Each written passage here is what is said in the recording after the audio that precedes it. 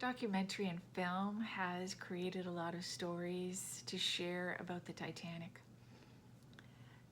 I have a small story that affected my family's future that I'd like to share.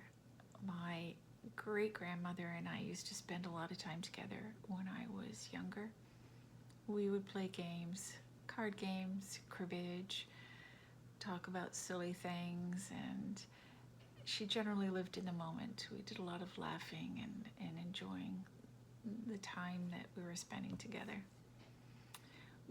She wasn't a storyteller. We didn't talk about heritage, where she came from, family, and fast forward to today. As a mother of grown children, I find it unfortunate that I never asked those questions at the time, because I was left with this big void of information. My great great grandfather was a farmer in Russia, and he wanted to immigrate to Canada. And at the time, in the late 1800s, Canada offered this incentive for farmers to come over and cultivate land in the Western prairies. And if they did so for 3 years in a row, they were given ownership of 160 acres for a whopping $10. Yes, $10. Take that in.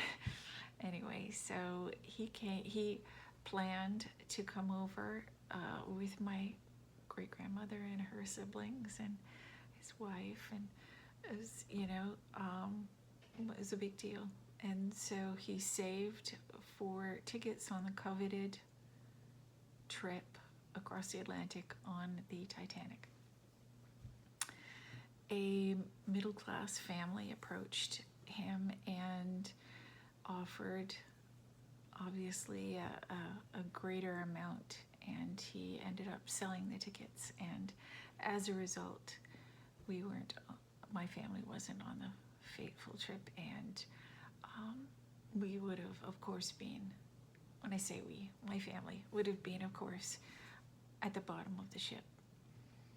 So instead, they saved and prepared to make their way by wagon to the closest port, and took a steamship across, then a ferry from there, from New York to Ellis Island, to get processed and documented. And on the ferry ride from the steamship, it was so overcrowded, my great grandmother shared, that she fell overboard, and a stranger beside her, pulled on her very long dress, the hem of it, as she went over, and yanked her back in. And it just kind of, gives me chills every time I talk about it, because I was really meant to be here, because I otherwise wouldn't have. So that is the story of how my family came from Russia to Canada on my maternal side. And so now that I'm an adult, I had so many questions. My kids didn't know about their past, and I didn't know about the past, and I had come from a very small family. My mother and grandmother on my maternal side have no siblings. And on my father's side, there's a whole separate story and videos that will come with that. But my parents separated when I was 7, so I didn't know any of my father's side growing up, and to date, know just a handful of them. And when I say no, I know of them. So the thing is, I had this small family unit that I had grown up with, and over the years, a lot of them passed. And so 3 years ago, I decided I needed to know more, and there was no one around to ask. I was, become one of the few eldest, and it kind of scared me. I was like, I don't know, and I think I've got this Russian background, and I'm primarily Russian, and I would just sort of tell people that. I mean, it's not something. I just didn't know enough. So I signed up for Ancestry. I thought it was the best thing to do. And I knew that I didn't know my maternal great-grandmother's, with the person that she had a child with, who was my grandmother. And nobody knew. And she kept it a secret to her grave, essentially. I didn't press it. I didn't ask. I had a step great-grandfather, and that's all I knew. So when I signed up for Ancestry, I knew that I wanted to know more about my father's side. I wanted to know, who the relatives are. I just had no idea. There's almost like a handful of us, excluding my children. There's like a handful of us in my family left, and it's kind of scary to think that I never knew anything about the past, and there's like nobody to ask now. So I signed up. I wanted to know more, and then I wanted to also hopefully figure out who my biological great-grandfather was. And so I didn't know what I'd uncover. I just had like this, silly idea. I was going to learn of a few and maybe reach out to them on Facebook, and it uncovered,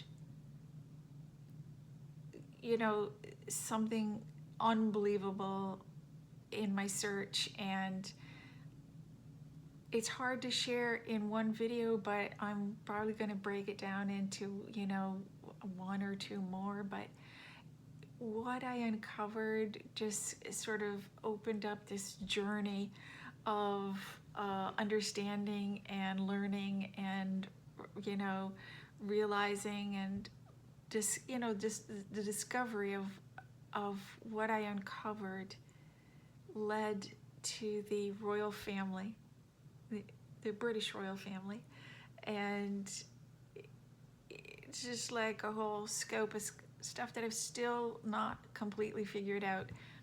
But I did learn along the way that my great-grandfather is somebody who settled in the same place that my great-grandmother did, in Prudhoe, Saskatchewan. He was a store owner there, and whatever happened, she just didn't share it, and it was, not something that turned into a relationship. So I know that Prudhoe is a Francophone settlement, so it is primarily French Canadian. When French came over to settle as well and take advantage of the free land, $10 land, and so my great-great-grandfather is a purebred Frenchman, and so the line did not get diluted at all, except when it came to my grandmother. But it's I have all kinds of family that I have discovered on Ancestry that are French through and through, and so that's pretty interesting. I haven't really delved into that yet, but the other part that was also fascinating is the discovery that my maternal grandfather is 90% certain that he is not my grandfather, and I'll tell you why it's confusing. And that is, I'll break this down in another video, but what happened was my great-grandmother told stories of who it might be, and thought it was going to be my great-grandfather who the mystery person was, but it turned out to be my grandfather instead. And so I've still not figured it out, but the reason why I can't is because I don't have cousins, and I don't have, my grandmother, like I said, doesn't have any siblings, and my mother had no siblings. But I seem to have a half first cousin, and I have,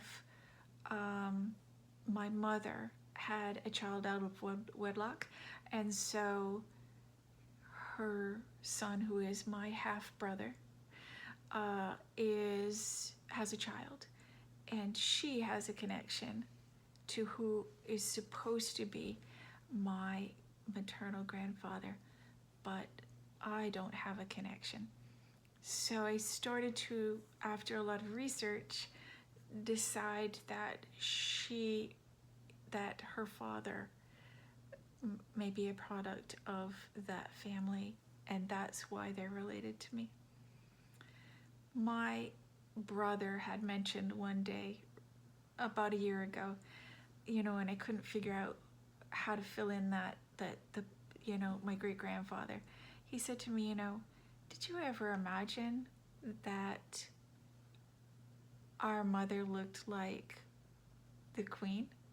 And I was like, I had always thought that. I just thought it was just me.